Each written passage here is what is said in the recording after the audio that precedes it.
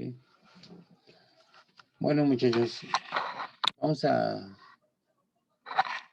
ir discutiendo sobre esta cuestión de qué ocurriría si hubiera una aleación de diferentes metales. Lo que vemos es que si la masa de un metal fuera igual a la masa de otro metal, entonces el número de partículas del cobre, por ejemplo, sería diferente al número de partículas del aluminio, pues por la razón de que su peso atómico son diferentes, ¿no? Por lo tanto, la pregunta es esta. Si el número de partículas, este nos da el número de partículas totales. Si dividimos entre la velocidad, entre el volumen, pues nos daría el valor de P, porque P es igual al número de partículas entre el volumen. Entonces, en principio,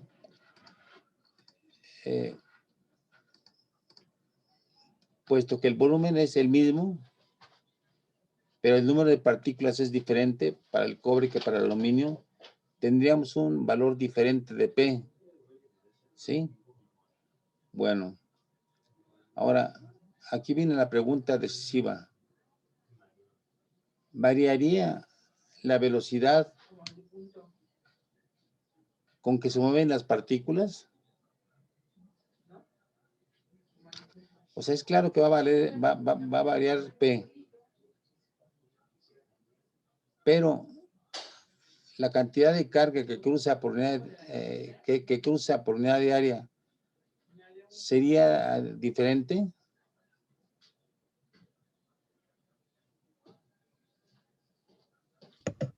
No. Pues no, porque están entrando simultáneamente, ¿no? Sí, están entrando. Pero entonces, si la velocidad es diferente, entonces, a ver, estamos poniendo que J es la misma y que P es diferente, entonces cambia la velocidad de movimiento de las partículas. ¿Eso podría tener algún efecto físico medible?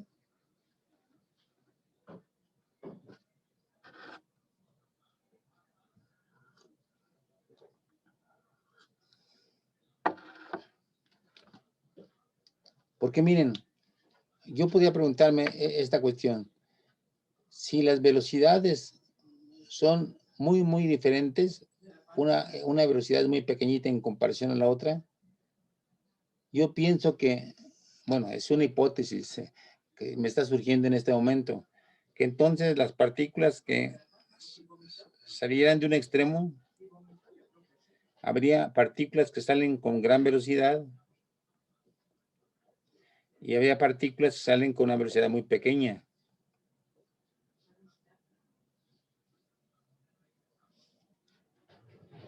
Entonces, este efecto físico, ¿habría forma de detectarlo? ¿O qué consecuencias traería? ¿O serviría para algo? Es una pregunta que me surge en este momento, ¿eh? A ver, les dejo que piensen en este problema porque es muy interesante. Mira, les voy a decir que cómo sirve de qué forma se utiliza la diferencia de velocidad de partículas en química, por ejemplo, ¿sí? En química tenemos que en un conducto muy largo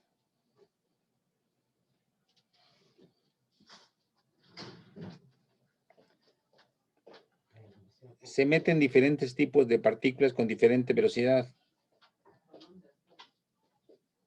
¿Sí? Una A y una B. ¿Sí? Y en el interior del conducto lo que se pone es una sustancia porosa, como carbón o algo que se llama alúmina, que es una sustancia, son sustancias muy, muy porosas. Entonces, conforme, si las velocidades son diferentes, esa diferencia, si bien aquí entran mezcladas la sustancia A y la sustancia B, conforme van avanzando, ¿sí? Entonces, llegan primero evidentemente las partículas rápidas y un tiempo después llegan las lentas, ¿sí? Bueno, y lo que hay así en el exterior es una flama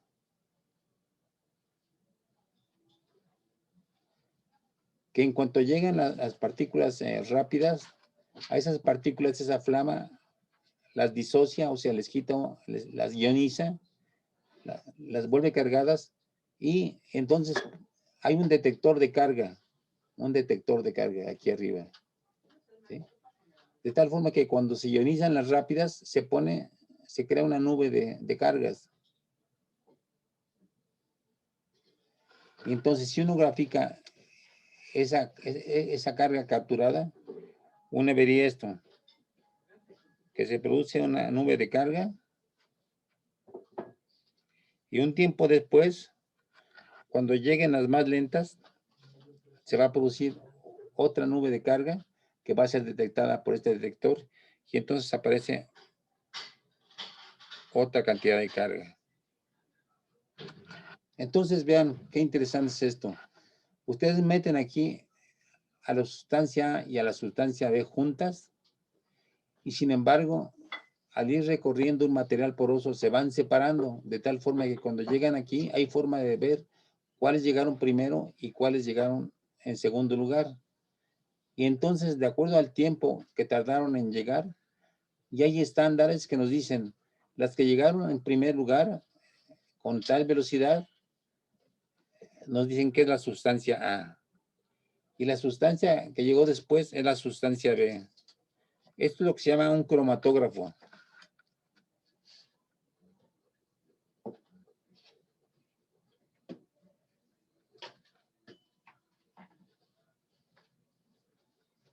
Un cromatógrafo. Y nos sirve para separar sustancias que inicialmente están, o sea, para separar mezclas en sus componentes. Entonces yo, revisando los problemas que estamos discutiendo en esta clase, pues pensé, ¿qué pasaría con esta diferencia de velocidades? Si serviría para algo. O sea, fue mi pregunta. En fin, les dejo. ¿Este proceso sí se entiende? A ver, díganme. Sí, sí se entiende. ¿Sí? Es como un conjunto de coches. Aquí entran carcachitas y aquí entran un carro último modelo. Van recorriendo una autopista y evidentemente que los que van a llegar primero son los rápidos, ¿no? Y ya después llegan las carcachitas y puede hacer una separación entre los coches que salieron al principio juntos. Bueno, algo así se hace con los gases, los gases grandotes, esos llegan lentamente y los pequeñitos que tienen mayor velocidad llegan rápido. Bueno, es una aplicación. Entonces, les dejo simplemente que recapaciten en qué pasaría con las velocidades diferentes, si tienen alguna utilidad o no. Pues vamos a seguir con el siguiente problema.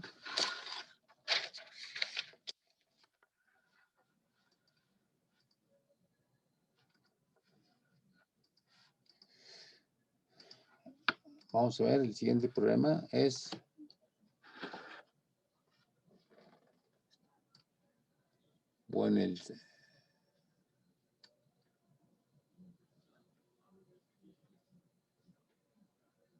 Bueno, dice, un alambre de plata de 2.6 milímetros de diámetro transfiere una carga de 420 coulombs en 80 minutos. Vamos a ir apuntando. A ver, plata sería para el problema 6. Plata. Sí. Su carga es de 420 coulombs.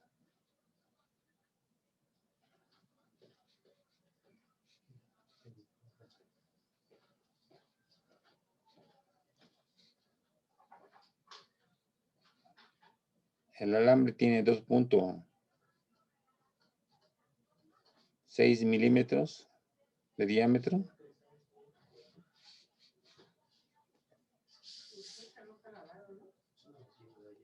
Y luego el tiempo que tarda es en 80 minutos.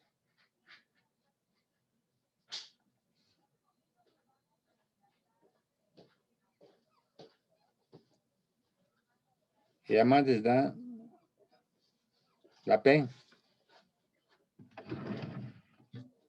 Dice que son 5.8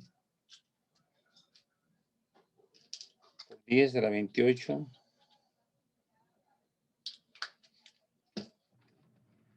electrones, o sea, cargas libres por metro cúbico. Entonces la pregunta es,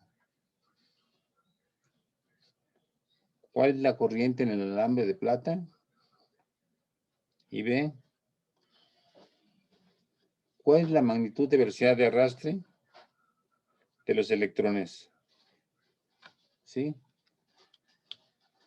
A ver, vamos a pasar a discutirlo. Parece que es muy sencillo. ¿Sí? Entonces es plata, es una carga de 420 coulombs, tiene un diámetro de 2.6 milímetros, la carga tarda 80 minutos en recorrer el alambre y el número de cargas libres por unidad de volumen es de 5.8 por 10 a la 28 electrones por metro cúbico. Bueno, entonces la pregunta son I, la corriente y la velocidad de arrastre. A ver, eso la pueden resolver ustedes solos. A ver, díganme la respuesta para A. Pues primero tenemos que pasar los minutos a segundos, ¿no? Yo diría. Ok. I es igual a Q entre T, ¿no? Sí. Entonces, como tú dices, T sería 80 minutos por 60, ¿no? 80 minutos. Sí. Y luego, ¿qué más? Y luego, la carga debe estar bueno, en coulombs. La tenemos ya directamente aquí. Entonces, ¿cuánto sería la corriente?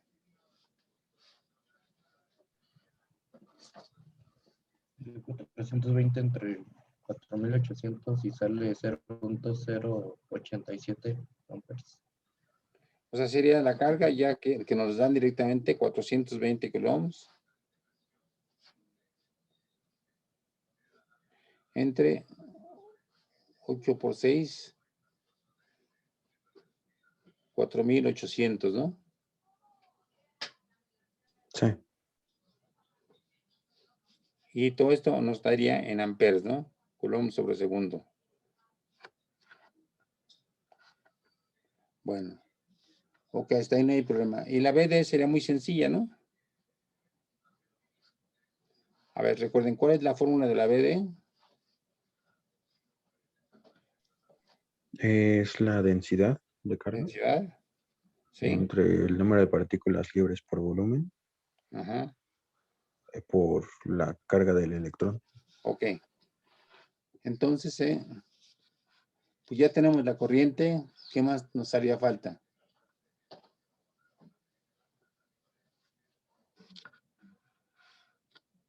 Pues ya tenemos el diámetro, podemos sacar con eso el área y ya El área, tener la ¿no? densidad de carga.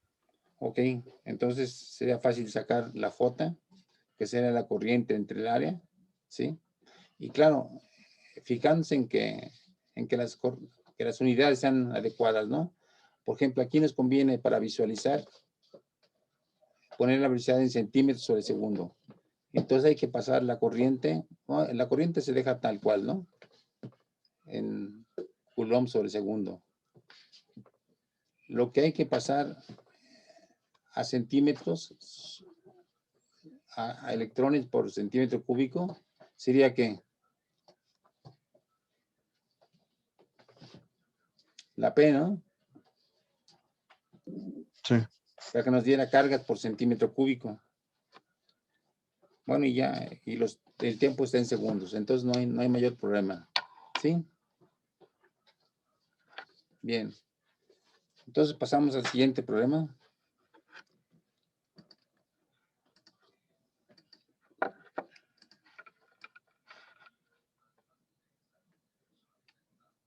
Este tiene un buen de preguntas. Es el 7.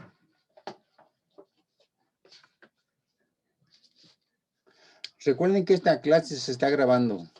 O sea, si quieren ver las discusiones, pues simplemente vean el archivo. Dice, un alambre de 6.50 metros de largo y 2.05 milímetros de diámetro tiene una resistencia de 0.029 ohms. ¿De qué material es probable que esté hecho el alambre? Si se aplica una diferencia de potencial en los extremos del alambre de 13 volts, ¿qué intensidad de corriente pasa por este? Calcule la densidad de corriente y la velocidad de arrastre. Me parece que dice en 8 segundos. No sé qué tenga que ver los segundos ahí.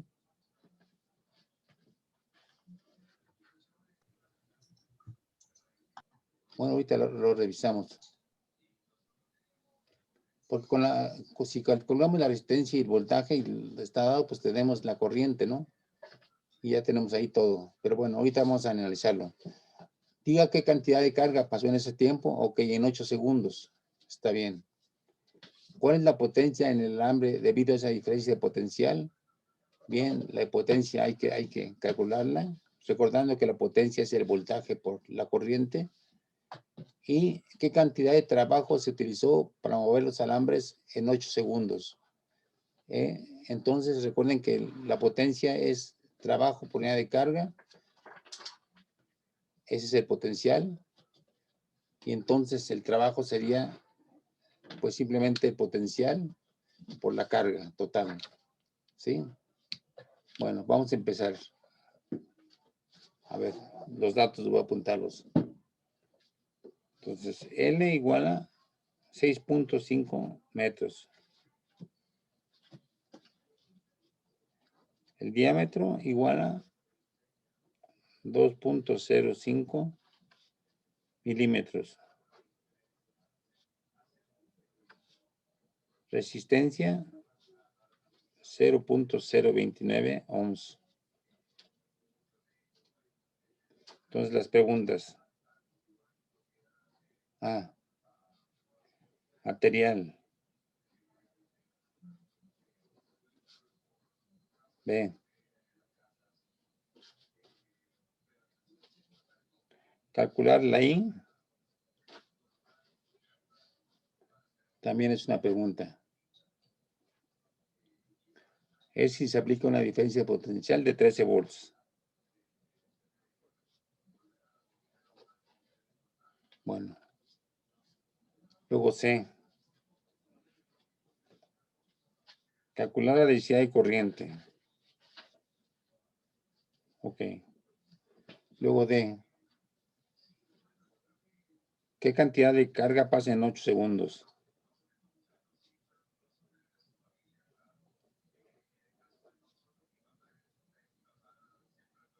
Y luego E.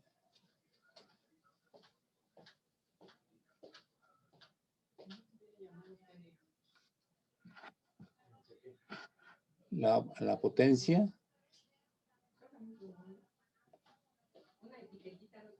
La potencia que se disipa. ¿Sí?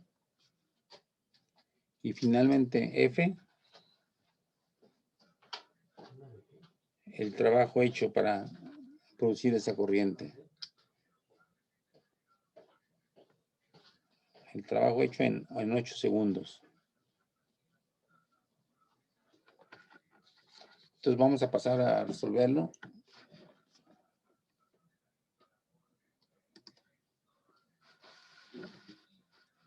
Bueno, ahí está. Pues la primera pregunta, material, ¿cómo hacemos para resolverlo? A ver, ustedes háganlo. Pues con la resistividad. Ya tenemos que la resistencia es igual a la resistividad por la longitud entre el área. Ok. Entonces partimos de eso, ¿sí? Resistencia es igual a resistividad por longitud entre área. Aquí lo que nos piden es el material, que se puede caracterizar por la resistividad, ¿no? Entonces la resistencia la tenemos la longitud, tenemos el área a partir de su diámetro. Bueno, no hay problema, ¿no? De aquí despejamos la resistividad.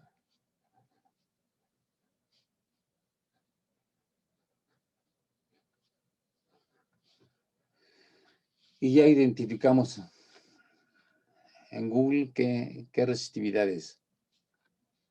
Vamos con la pregunta B. La corriente, ¿cómo la calculamos?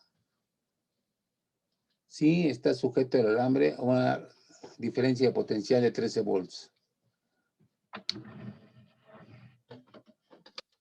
Con la ley de Ohm. Ley de Ohm. B igual a RI. Entonces, de ahí despejamos fácilmente la I. La I es igual a B entre R. Tenemos el voltaje y tenemos la resistencia. Pues sacamos rápidamente la corriente. Bueno, pasamos a la C. ¿Qué sería? ¿Cómo encontramos la pregunta C acá? La densidad de corriente. Pues ya encontramos la corriente y ya tenemos el área con su diámetro. Y entre el área. ¿Sí? Que puede ser corriente por centímetro cuadrado o corriente por metro cuadrado, como sea. ¿Sí? Incluso corriente por milímetro cuadrado. El punto es que lo indique, ¿no? ¿Qué unidades están utilizando? Bueno, ya tenemos la C. Y luego la otra pregunta, la cantidad de carga que pasa en 8.5 segundos. ¿Cómo lo resolvemos eso? Pues ya tenemos la corriente. Si la multiplicamos por el tiempo, Ajá, nos da la carga.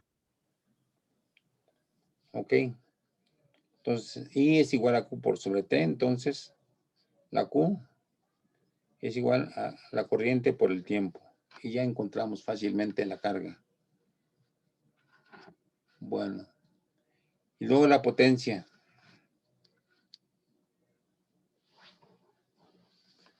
La potencia, ¿cómo la encontramos? Pues creo que esa es la diferencia de potencial por la corriente, ¿no? Sí, eso hay que grabárselo siempre, ¿no? Porque es uno de los términos más utilizados en la vida cotidiana, ¿no? Si quieren calcular la disipación de un alambre, de un foco, por ejemplo, en sus casas, posiblemente multiplican la diferencia de potencial, que es 115, 120 volts, por la corriente, y eso les daría automáticamente la potencia que están disipando, ¿no? Bueno, entonces, la potencia sería, ¿cuánto? Con estos datos. Bueno, la potencia es B por I. Entonces, ¿cuánto sería?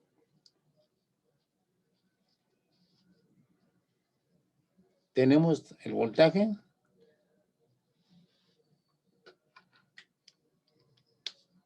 A ver, fíjense, tenemos el voltaje. Sí, 13 volts. 13 volts. Y la No, corriente, ¿perdón? no podremos usar la fórmula que dice que el trabajo por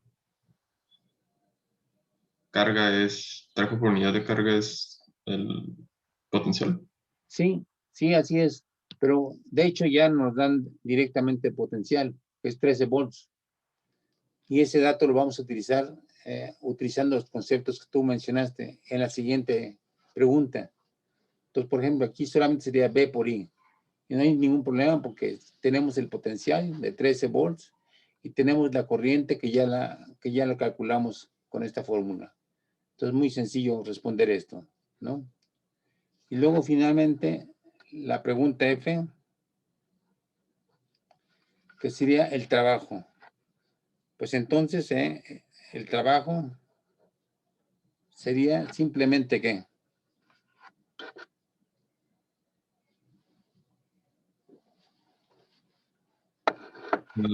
Potencial por la carga. Potencial por la carga que ya habíamos calculado, que es I Sí. por T, El inciso D. I por T, ¿no? Y ya tenemos el trabajo. ¿Sí? Entonces, pues espero que ya nos vayamos familiarizando poco a poco con todos estos términos. Sobre todo que entiendan su sentido físico. Vamos a pasar al siguiente problema.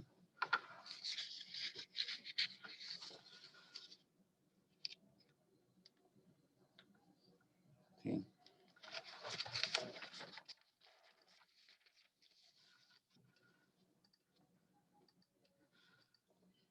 El 8.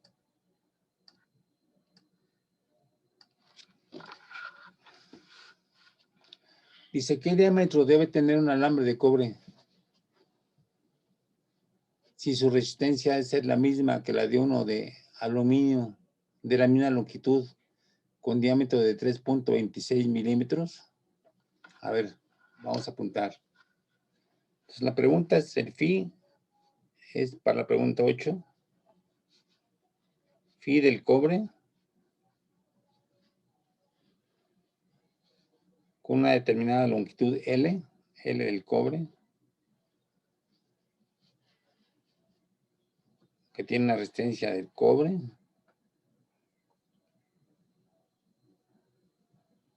¿Sí? Y bueno,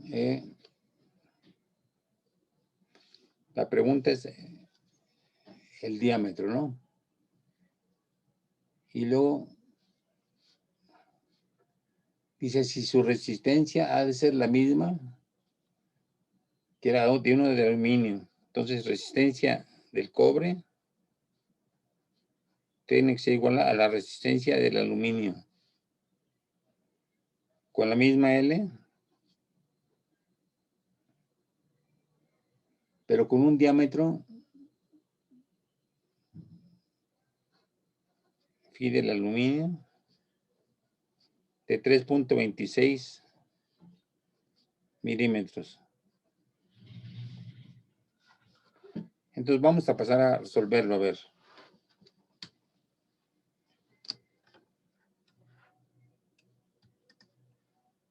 Bueno. Entonces la pregunta aquí es la phi, el diámetro del cobre.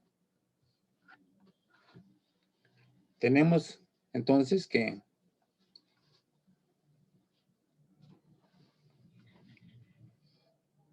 la longitud,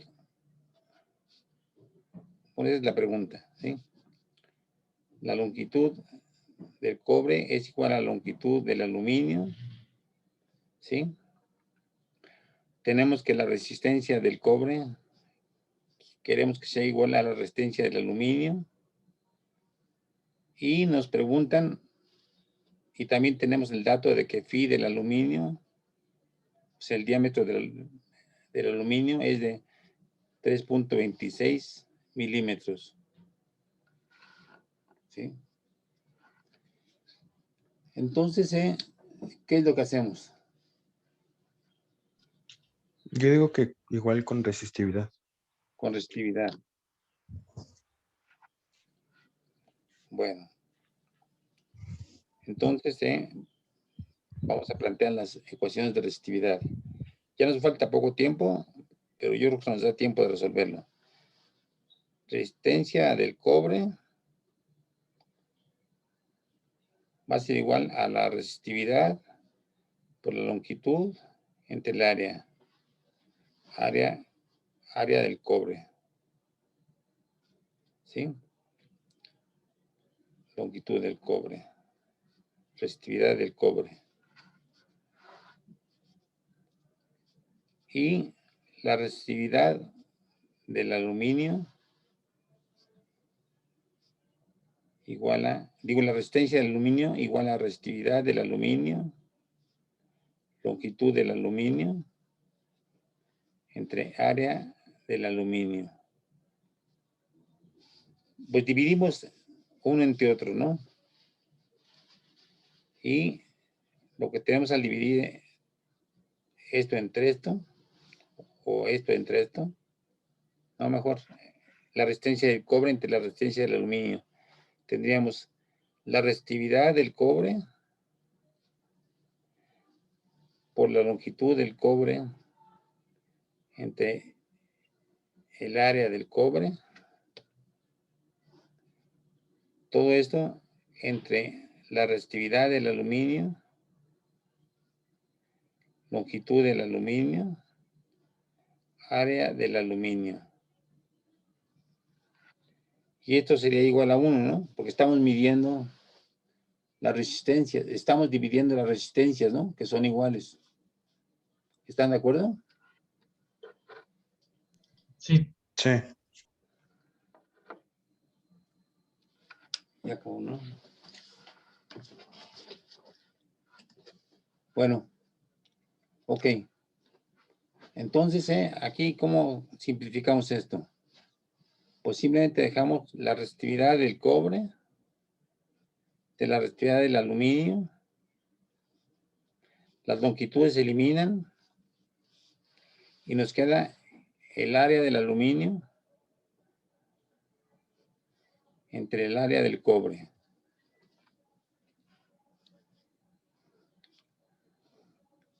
Bueno, estos datos no nos los dan, habría que buscarlos en internet. Resistividad del cobre, resistividad del aluminio. Y entonces aquí simplemente despejamos. Vamos a invertir esto. Área del cobre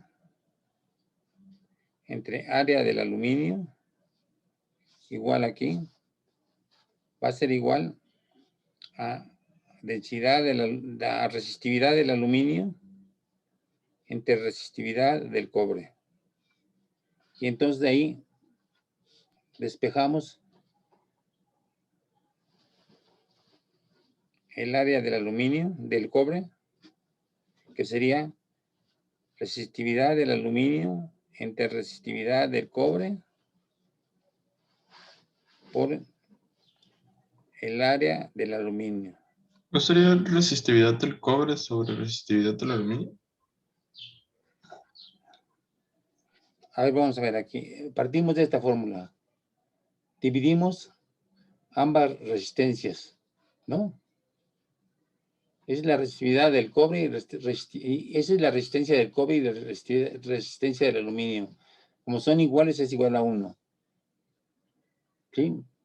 Y entonces, al dividir, pues tenemos que es igual a resistividad del cobre entre resistividad del aluminio, ¿de acuerdo a esto? Y entre área del aluminio, este pasa para acá, entre el área del cobre. ¿Está bien ahí? ¿Hasta ahí va bien? Sí. ¿Lo viste bien? Ok. Sí. Ahora invertimos y ponemos aquí, pasamos para acá, área del cobre, entre el área del aluminio. Aquí sí es cierto, tienes razón. Aquí tiene que ser del cobre y el aluminio, ¿no? Ahora sí está bien, ¿no? Sí.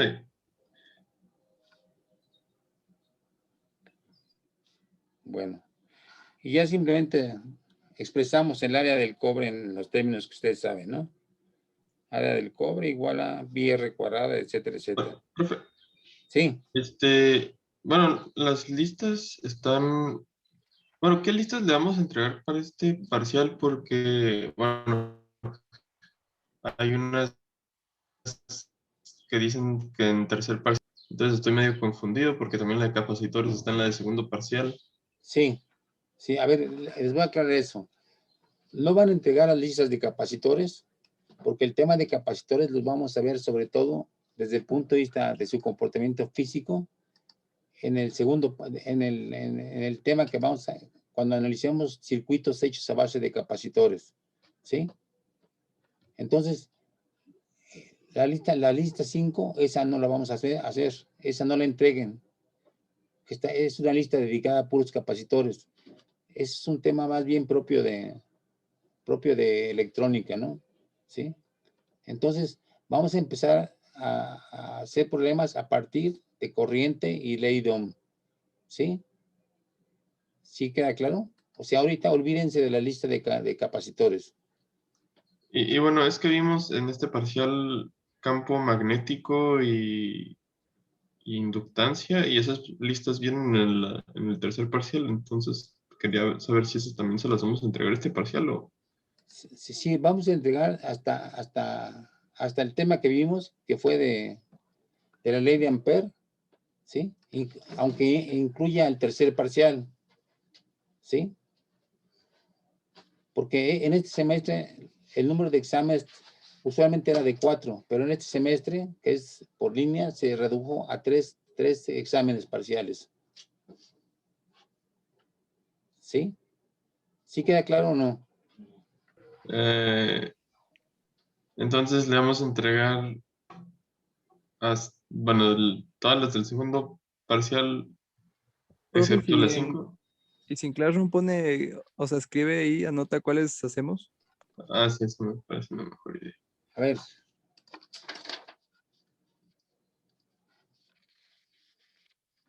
Sí, les explico después en Classroom, les pongo las listas que deben entregar, ¿sí? Ahorita ya está acabando el tiempo, ya no tengo mucho tiempo para explicarles, pero sí se modificó la lista de problemas, pero se los mando en una lista en Classroom para que no haya ninguna confusión. ¿De acuerdo? Sí, profe, gracias. Sí, gracias. Bueno, parece que con eso ya terminamos, ¿sí? Faltan nada más 2 problemas para resolver. Traten de resolverlos, creo que ya avanzamos bastante. Y sí, enseguida, la siguiente clase, o sea, pasado mañana, vamos a seguir con la lista que sigue, ¿sí? No, Sí. sé, Ok. no sé cómo vean esta forma de trabajar, ¿sí? Nos dedicamos primero a la teoría y ahorita nos estamos dedicando específicamente a resolver problemas. Me parece que es una forma de consolidar los conocimientos que hemos visto, ¿no? Los conceptos. No sé qué opinan ustedes. Sí, Pero está A mí bien. me parece bien. bueno, ok. Bueno, entonces nos vemos para el jueves, ¿sí? Cuídense, muchachos, ¿eh? Que les vaya Igualmente, bien. profe. Bueno, profe. Gracias, profesor. Hasta el jueves.